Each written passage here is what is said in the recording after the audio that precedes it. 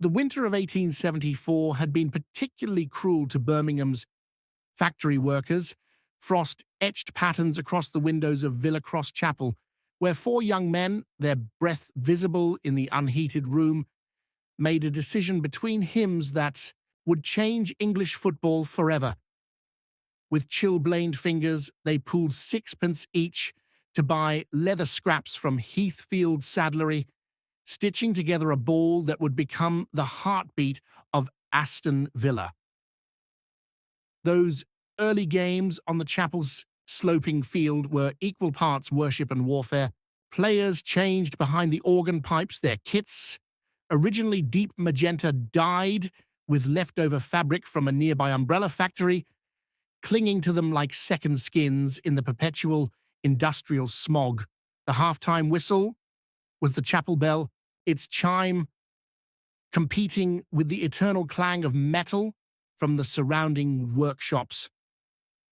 What set Villa apart wasn't just talent, but a radical new philosophy imported by Scottish shipwright George Ramsay. While other teams relied on brute force, Ramsay had his men rehearsing intricate passing patterns between the gravestones of Witton Cemetery after Sunday service. Local factory owners called it that heathen Scottish weaving, until Villa dismantled every major team in England playing what we now call football. The iconic claret and blue came soaked in imperial tragedy after their original kits faded to pink during an 1886 FA Cup tie. They borrowed the colours of the Gordon Highlanders Regiment, only for 3 players to later die wearing those same colours in the Sudan campaign. When the survivors returned, they brought with them the regiment's battle cry, "Stand fast," which echoed from the Holt End for decades.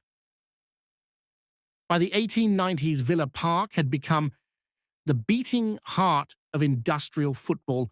The Trinity Road stand with its stained glass director's box stood as a cathedral to the working man's game.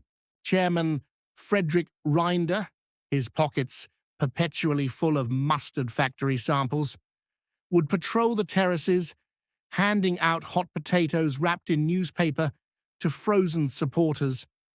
It was he who instituted the orange slices at halftime, having seen dock workers in Marseille revive themselves with citrus.